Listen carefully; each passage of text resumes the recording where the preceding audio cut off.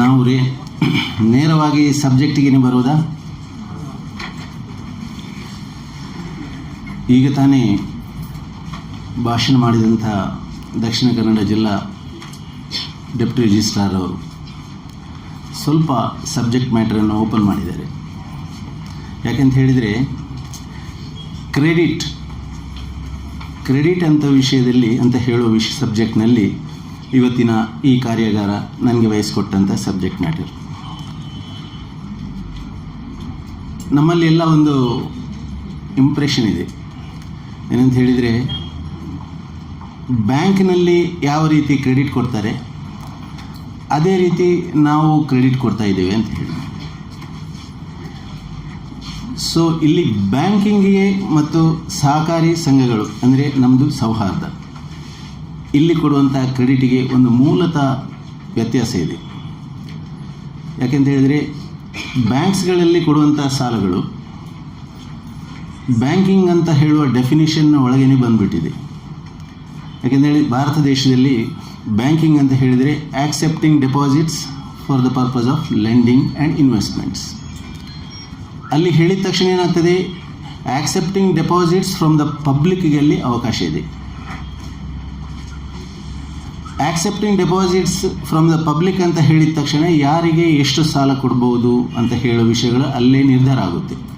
ಯಾಕೆಂದರೆ ಬ್ಯಾಂಕ್ಗಳಲ್ಲಿ exposure norms ಅಂತ ಹೇಳಿದೆ, ಒಂದು ಇಂಡಿವಿಜುವಲ್ಗೆ ಎಷ್ಟು ಸಾಲ ಕೊಡ್ಬೋದು ಮತ್ತು ಒಂದು ಗ್ರೂಪ್ ಸಮೂಹಕ್ಕೆ ಎಷ್ಟು ಸಾಲ ಕೊಡ್ಬೋದು ಅಂತ ಹೇಳುವ ಎಕ್ಸ್ಪೋಜರ್ ನಾರ್ಮ್, ಅವರ ಕ್ಯಾಪಿಟಲ್ ಎಷ್ಟಿದೆ ಅಂತ ಹೇಳಿದರೆ ಓನರ್ಸ್ ಫಂಡ್ಸ್ ಎಷ್ಟಿದೆ ಅದಕ್ಕೆ ಅದರ ದಾಮಾಶಯದಲ್ಲಿ ಡಿಟರ್ಮಿನ್ ಆಗಿರುತ್ತೆ.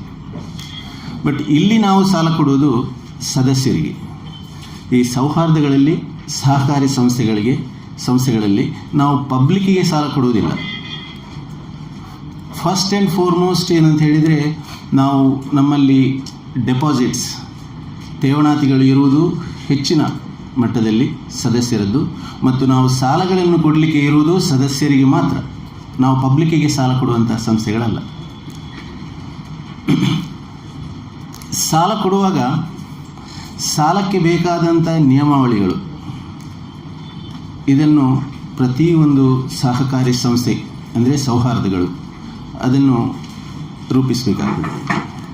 ಇದನ್ನು ರೂಪಿಸಿ ನಮ್ಮ ಬೈಲಾ ಮತ್ತು ಇತರ ನಿಯಮಾವಳಿಗಳು, ಇದು ನಮಗೆ ಗ್ರಂಥಗಳು. ಇದಕ್ಕಿಂತ ಹೊರಗೆ ಹೋಗಲಿಕ್ಕೆ ಆಗೋದಿಲ್ಲ ನಮಗೆ. ಇದರಲ್ಲಿ ಅವಕಾಶಗಳು ಇದ್ದವರಿಗೆ ಮಾತ್ರ, ಇದರಲ್ಲಿ ಎಷ್ಟು ಅವಕಾಶಗಳಿವೆ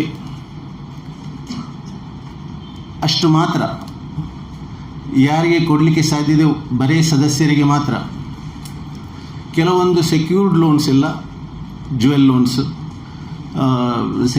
ಸೇವಿಂಗ್ ಸರ್ಟಿಫಿಕೇಟ್ನ ಮೇಲೆ ಲೋನ್ಸ್ಗಳು ರೆಗ್ಯುಲರ್ ಮೆಂಬರ್ಸಿಗೆ ಅಲ್ಲದೆ ಸಹ ಸದಸ್ಯರಿಗೂ ಕೊಡಲಿಕ್ಕೆ ಅವಕಾಶಗಳಿದೆ ಸಹಕಾರಿ ಸಂಘಗಳಲ್ಲಿ.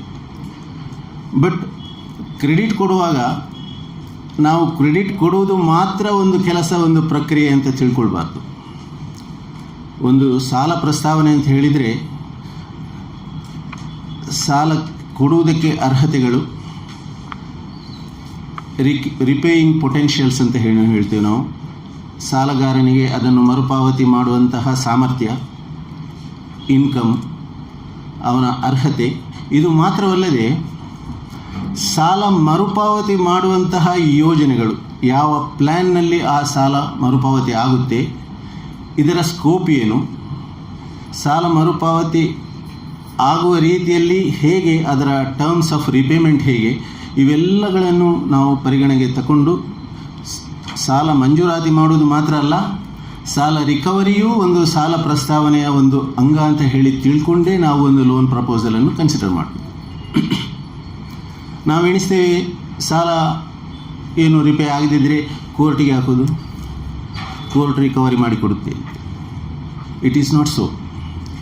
ಕೋರ್ಟ್ ಒಂದು ವೇದಿಕೆ ಮಾತ್ರ, ಇದು ನಿಮ್ಮ ತಲೆಯಲ್ಲಿ ಇರಲಿ ವಿಷಯ ಯಾವಾಗಲೂ.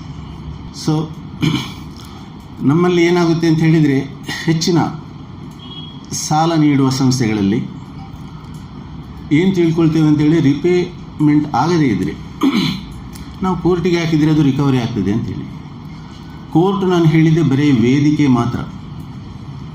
ಕೋರ್ಟ್ ಆದೇಶಗಳನ್ನು ಮಾಡ್ತದೆ. ಕೋರ್ಟ್ ಅಂದರೆ ನಮಗೆ ಸಹಕಾರಿ ಸಂಸ್ಥೆಗಳಿಗೆ ಒಂದು ಅವರ ಚಟುವಟಿಕೆ, ಇದೊಂದು ಕಾನ್ಸ್ಟಿಟ್ಯೂಷನ್ನಲ್ಲೇ ಸಹಕಾರಿ ಸಂಸ್ಥೆಗಳಿಗೆ ಎನ್ಕರೇಜ್ ಮಾಡಬೇಕು ಅಂತ ಹೇಳುವ ಒಂದು ಪಾಲಿಸಿ ಇದೆ. ಆದ್ದರಿಂದಾಗಿ ಸಹಕಾರಿ ಸಂಸ್ಥೆಗಳು ಕೊಟ್ಟಂಥ ಸಾಲಗಳನ್ನು ಇತರ ಹಣಕಾಸು ಸಂಸ್ಥೆಗಳು ಮರುಪಾವತಿ ವಸೂಲಾತಿ ಮಾಡುವ ರೀತಿಯಲ್ಲೆಲ್ಲ ನಮಗೆ ಇಂಡಿಪೆಂಡೆಂಟ್ ಸಪರೇಟ್ ಕೋರ್ಟ್ಗಳಿದೆ. ಈ ಇಂಡಿಪೆಂಡೆಂಟ್ ಸಪರೇಟ್ ಕೋರ್ಟ್ಗಳಲ್ಲಿ, ರಿಜಿಸ್ಟ್ರಾರ್ ಕೋರ್ಟ್ಗಳಲ್ಲಿ ಜುಡಿಷಿಯಲ್ ಕೋರ್ಟ್ಸ್ನಲ್ಲಿ ಇರುವಂಥ ಪ್ರೊಸೀಜರ್ಸನ್ನು ಅವಾಯ್ಡ್ ಮಾಡಿಕೊಂಡು ಒಂದು ಸರಳ ರೀತಿಯಲ್ಲಿ ದಾವೆಗಳು, ವಿವಾದಗಳು ಇತ್ಯರ್ಥವಾಗುತ್ತವೆ.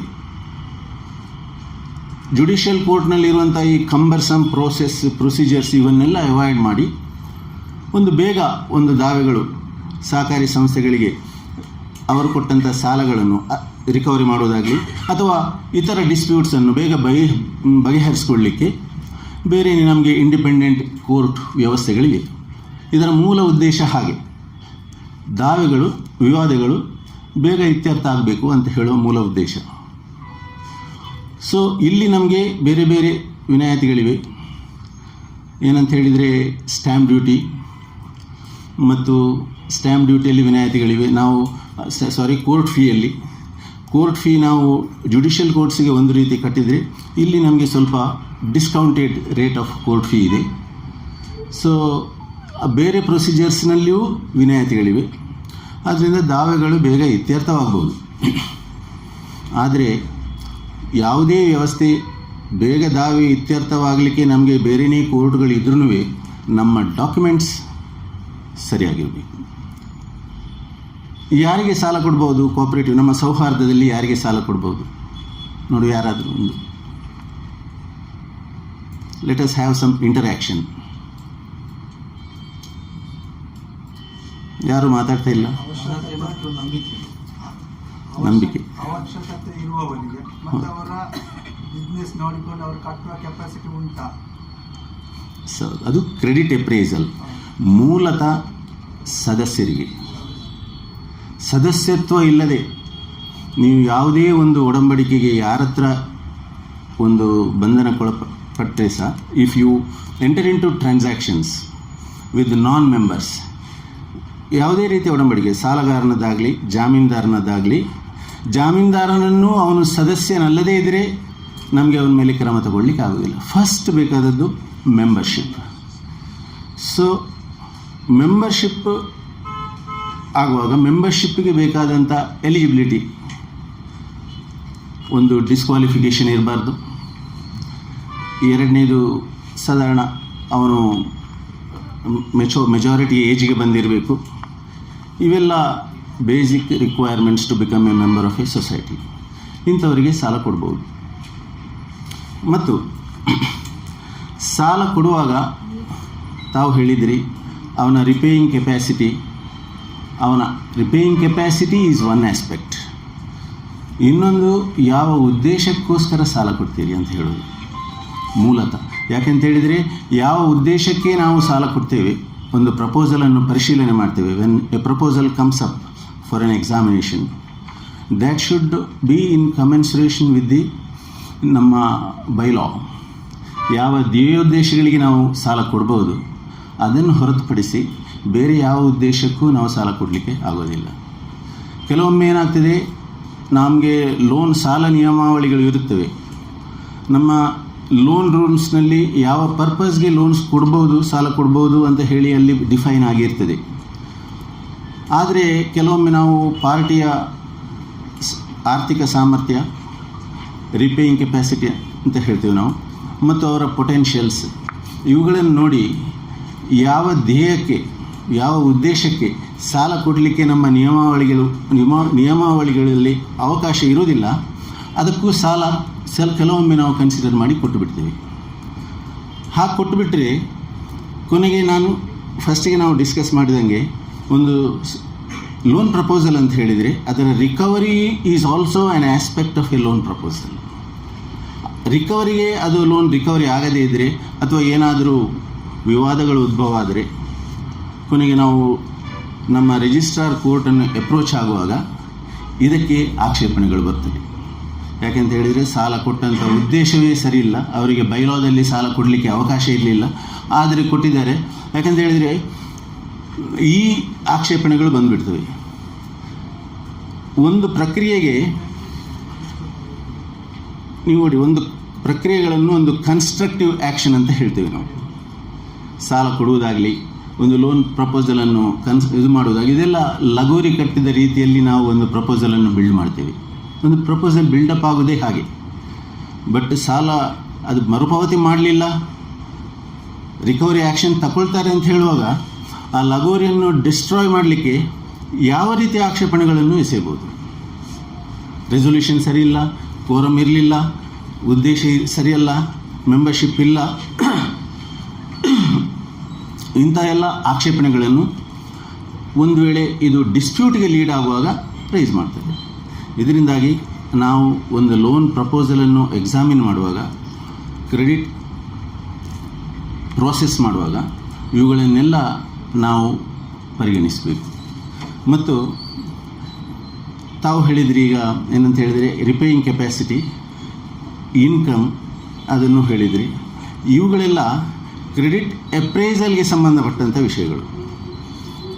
ಕ್ರೆಡಿಟ್ ಅಪ್ರೈಸಲ್ನಲ್ಲಿ ಅವನ ರಿಪೇಯಿಂಗ್ ಕೆಪ್ಯಾಸಿಟಿ, ಅಪ್ಲಿಕೇಶನ್ಸ್, ಹಿಂದಿನ ಎಕ್ಸ್ಪೀರಿಯನ್ಸ್, ಬೇರೆ ಕಡೆಯಲ್ಲಿ ಪಾಸ್ಟ್ ಏನು ಅವರ ಬಿಸ್ನೆಸ್ ಕಂಡಕ್ಟ್, ಇವುಗಳನ್ನೆಲ್ಲ ನಾವು ಅಪ್ರೈಸ್ ಮಾಡ್ತೀವಿ.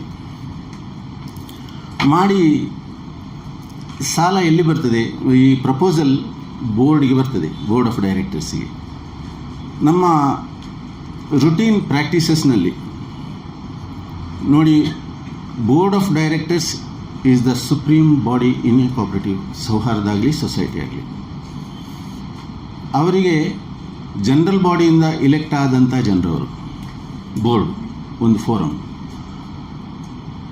ಇವರಿಗೆ ಸದಸ್ಯರ ಜನರಲ್ ಬಾಡಿ ಬರೀ ಕಾಲೇಜಿಯೇಟ್ ಜನರಲ್ ಬಾಡಿ ಅಲ್ಲ, ಇಡೀ ಸದಸ್ಯರ ಮ್ಯಾಂಡೇಟ್ ರೆಪ್ರೆಸೆಂಟೇಷನ್ ಇದ್ದಿರ್ತದೆ. ಸೊ ಸಂಸ್ಥೆಯ ಡೇ ಟು ಡೇ ಅಫೇರ್ಸನ್ನು ನಿರ್ವಹಿಸಲಿಕ್ಕೆ ಇವರಿಗೆ ಅಧಿಕಾರ ಇದೆ. ಇವರು ಮಾಡಿದಂಥ ಡಿಸಿಷನ್ಸನ್ನು ಕಾರ್ಯಾಚರಣೆಗೆ ತರಲಿಕ್ಕೆ ಇರುವವರು ಮುಖ್ಯ ಕಾರ್ಯನಿರ್ವಹಣಾ ಅಧಿಕಾರಿ. ಹಿಂದೆ ಅವರು ಬೋರ್ಡಿದು ಮೆಂಬರ್ ಆಗಿರಲಿಲ್ಲ. ಇತ್ತೀಚೆಗೆ ಏನು ಮಾಡಿದ್ದಾರೆ ಅಂತ ಹೇಳಿದರೆ, ಕೆಲವೊಂದು ಟೆಕ್ನಿಕಲ್ ಕಾರಣಗಳಿಗೋಸ್ಕರ ಅವರನ್ನು ಪದನಿಯುಕ್ತ ಸದಸ್ಯರನ್ನಾಗಿ ಮಾಡಿದ್ದಾರೆ ವಿದೌಟ್ ವೋಟಿಂಗ್ ಪವರ್. ಸೊ ಈ ಬೋರ್ಡ್ ಆಫ್ ಡೈರೆಕ್ಟರ್ಸಿಗೆ ಸಂಸ್ಥೆಯ ಹಿತದೃಷ್ಟಿ, ಹಣಕಾಸಿನ ಭದ್ರತೆ ಸಂಸ್ಥೆದ್ದು ಸಂಘದ್ದು, ಇದನ್ನೆಲ್ಲ ಕಾಪಾಡುವಂತಹ ಜವಾಬ್ದಾರಿ ಇದೆ. ಆದ್ದರಿಂದ ಲೋನ್ ರೂಲ್ಸ್ ಮಾಡುವಾಗ ಸಂಸ್ಥೆಯ ಗಾತ್ರಕ್ಕೆ ಹೊಂದಿಕೊಂಡು ಸರಿಯಾಗಿ ಅದಕ್ಕೆ ಪ್ರಪೋರ್ಷನೇಟ್ ಆಗಿ ಒಂದು ಸದಸ್ಯನಿಗೆ ಎಷ್ಟು ಸಾಲ ಕೊಡಬಹುದು ಅಂತ ಹೇಳೋದು ನಿಯಮಾವಳಿಯಲ್ಲಿ ನೀವು ಇನ್ಕಾರ್ಪೊರೇಟ್ ಮಾಡುವುದು ಅತ್ಯುತ್ತಮ. ಯಾಕೆಂತ ಹೇಳಿದರೆ ಕೆಲವು ಸೌಹಾರ್ದಗಳನ್ನು ನಾನು ನೋಡಿದ್ದೀನಿ. ಒಂದು ಕ್ರೂಡ್ ಫಾರ್ಮ್ನಲ್ಲಿ ಅವರು ಚಟುವಟಿಕೆಗಳನ್ನು ಸ್ಟಾರ್ಟ್ ಮಾಡಿದ್ದಾರೆ. ಒಂದೆರಡು ಸೌಹಾರ್ದಗಳು ನನ್ನ ಹತ್ರ ಬಂದಿದ್ವು. ನಿಯಮಾವಳಿ ಲೋನ್ ರೂಲ್ಸ್ ಮಾಡಿಲ್ಲ, ಸಿಬ್ಬಂದಿ ಸೇವಾ ನಿಯಮ ಮಾಡಲಿಲ್ಲ, ಇದನ್ನೆಲ್ಲ ಮಾಡಬೇಕು ಅಂಥೇಳಿ ಸಂಘ ಸ್ಟಾರ್ಟ್ ಆಗಿ ಸಾಧಾರಣ ಒಂದು 10-15 ವರ್ಷಗಳಾಯಿತು. ಏನೋ ದೇವರ ದಯದಲ್ಲಿ ಯಾವ ಡಿಸ್ಪ್ಯೂಟ್ಸು ಆ ಬಗ್ಗೆ ಬಂದಿರಲಿಲ್ಲ.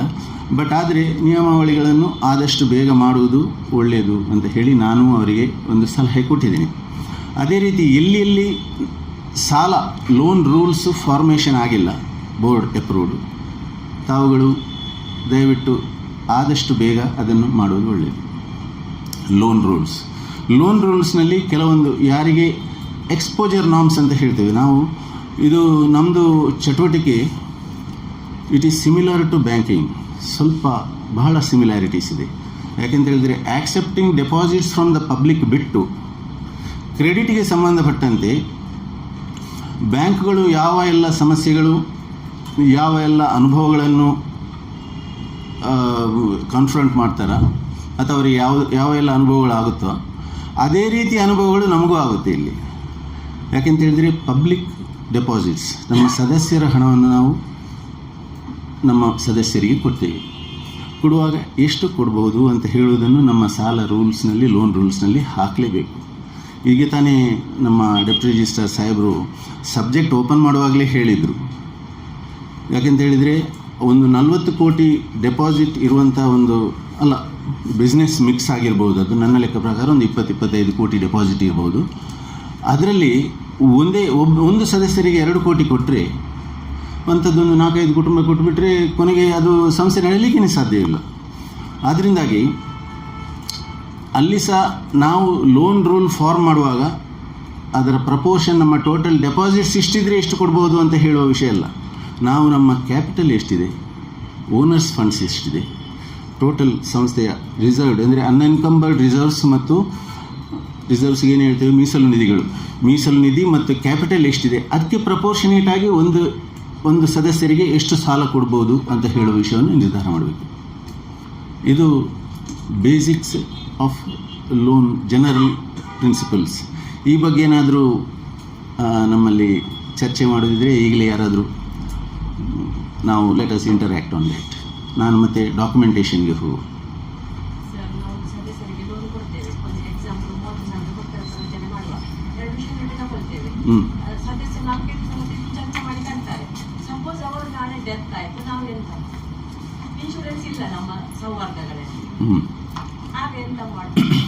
ನೋಡಿ, ನೀವು ಹೇಳೋದು ಬಹುಶಃ ಶ್ಯೂರಿಟಿ ಲೋನ್ ಅಂತೇಳಿ ಕಾಣ್ತದೆ. ಅದೇ ಶ್ಯೂರಿಟಿ ಲೋನ್ ನೀವು ಸ್ಯಾಂಕ್ಷನ್ ಮಾಡುವಾಗ ಬಾರೋವರ್ ಇದ್ದು ಡೆತ್ ಆಗುತ್ತೆ. That is A possibility. ಯಾಕೆಂತ ಹೇಳಿದರೆ ರಿಸ್ಕ್ ಅಂತ ಹೇಳುವ ವಿಷಯ ಅದು. ಬಿಸ್ನೆಸ್ನಲ್ಲಿ ಪ್ರತಿ ಬಿಸ್ನೆಸ್ನಲ್ಲೂ ರಿಸ್ಕ್ ಇದೆ. ರಿಸ್ಕ್ನ ಬಗ್ಗೆ ಯಾರಾದರೂ ಏನಾದರೂ ನಾವು ಯಾಕೆಂತ ಹೇಳಿದರೆ ಈ ಕೆಲಸಗಳನ್ನು ನಾವು ಮಾಡುವ ಕರ್ತವ್ಯಗಳನ್ನು 2 ರೀತಿಯಲ್ಲಿ ನಾವು ಮಾಡ್ತೇವೆ. ಒಂದು ಎಕ್ಸಾಂಪಲ್, ಯಾರೋ ಒಂದು ಬ್ಯಾಂಕಿನಲ್ಲಿ ಒಂದು ಚೆಕ್ ಬಂತು ಪಾಸ್ ಮಾಡಲಿಕ್ಕೆ, ಬ್ಯಾಲೆನ್ಸ್ ಉಂಟು, ಚೆಕ್ ಉಂಟು, ನೋಡ್ತೇನೆ, ಡೆಬಿಟ್ ಮಾಡ್ತೇನೆ, ಪಾಸ್. ಇದು ಒಂದು ರೀತಿ. ಇನ್ನೊಂದು ರೀತಿ ಏನಂತ ಹೇಳಿದರೆ ಅವೇರ್ನೆಸ್ನಲ್ಲಿ ಕೆಲಸ ಮಾಡೋದು. ಅವೇರ್ನೆಸ್ನಲ್ಲಿ ಕೆಲಸ ಮಾಡೋದು ಅಂತ ಹೇಳಿದ್ರೆ ಚೆಕ್ ಬಂದ ತಕ್ಷಣ this is a cheque defined under section 6 of negotiable instruments act. ಇದು ಬಂತು. ಇನ್ನು 2 ರೀತಿ ಕಾರ್ಯವೈಖರಿ. ಇದನ್ನು ಏನು ಚೆಕ್ ಅಂತ ಹೇಳಿದರೆ ಸೆಕ್ಷನ್ 6. ಇದನ್ನು ಬ್ಯಾಂಕಿಂಗ್ ಲಾನಲ್ಲಿ ಡಿಫೈನ್ ಮಾಡಿರೋದಿಲ್ಲ, ನೆಗೋಷಿಯಬಲ್ ಇನ್ಸ್ಟ್ರೂಮೆಂಟ್ಸ್ ಆ್ಯಕ್ಟ್ ನಡಿಯಲ್ಲಿ ಡಿಫೈನ್ ಮಾಡಿದ್ದಾರೆ. ಇದರಲ್ಲಿ ಏನು ನೋಡಬೇಕು ನಾನು, ಡೇಟ್ ಒಂದು ಫಸ್ಟ್, ಚೆಕ್ ಟೈಮ್ ಬಾರ್ಡ್ ಆಗಿದೆಯಾ, ಸ್ಟೇಲ್ ಆಗಿದೆಯಾ, ಇನ್ನೊಂದು ಆ ಅಕೌಂಟಿಗೆ ಆ ಚೆಕ್ ಇಶ್ಯೂ ಆಗಿದೆ ಅಂತ ಹೇಳಿ ನೋಡ್ಕೊಳ್ಬೇಕು. 2ನೇದು ಅಮೌಂಟು ವರ್ಡ್ಸ್ನಲ್ಲಿ ಎಷ್ಟು ಬರೆದಿದ್ದಾರೆ ಅಂತ ಹೇಳಿ ನೋಡಬೇಕು. ಯಾಕೆ ಹೇಳಿ, amount in words and figures ಏನಾದರೂ ಒಂದು ಡಿಫರ್ ಆಗಿ ಚೆಕ್ ಪಾಸಾಗಿ ಹೋದರೆ ವರ್ಡ್ಸ್ನಲ್ಲಿ ಬರೆದಂಥ ಅಮೌಂಟ್ ಈಸ್ ಅಂತಿಮ. ಸೊ ವರ್ಡ್ಸ್ ಆ್ಯಂಡ್ ಫಿಗರ್ಸ್ನಲ್ಲಿ ಬರೆದಂಥ ಅಮೌಂಟ್ ಸರಿ ಇದೆಯಾ ಮತ್ತು ಡ್ರಾವರ್ ಸಿಗ್ನೇಚರ್ ಸರಿ ಇದೆಯಾ, ಇದನ್ನು ಸಿಗ್ನೇಚರ್ ಕಾಲ್ ಮಾಡಿ ನೋಡಿ ಚೆಕ್ಕನ್ನು ಎಂಟ್ರಿ ಮಾಡ್ತಾರೆ. ಅದನ್ನು ಇನ್ನೊಂದು ಆಫೀಸರ್ ಆಥರೈಸ್ ಮಾಡ್ತಾರೆ. ಇದು ಒಂದು ಕಾರ್ಯವಾಹಿ. ಇನ್ನೊಂದು ರೀತಿಯ ಕಾರ್ಯವೈಖರಿ. ಫಸ್ಟ್ ಕಾರ್ಯವೈಖರಿ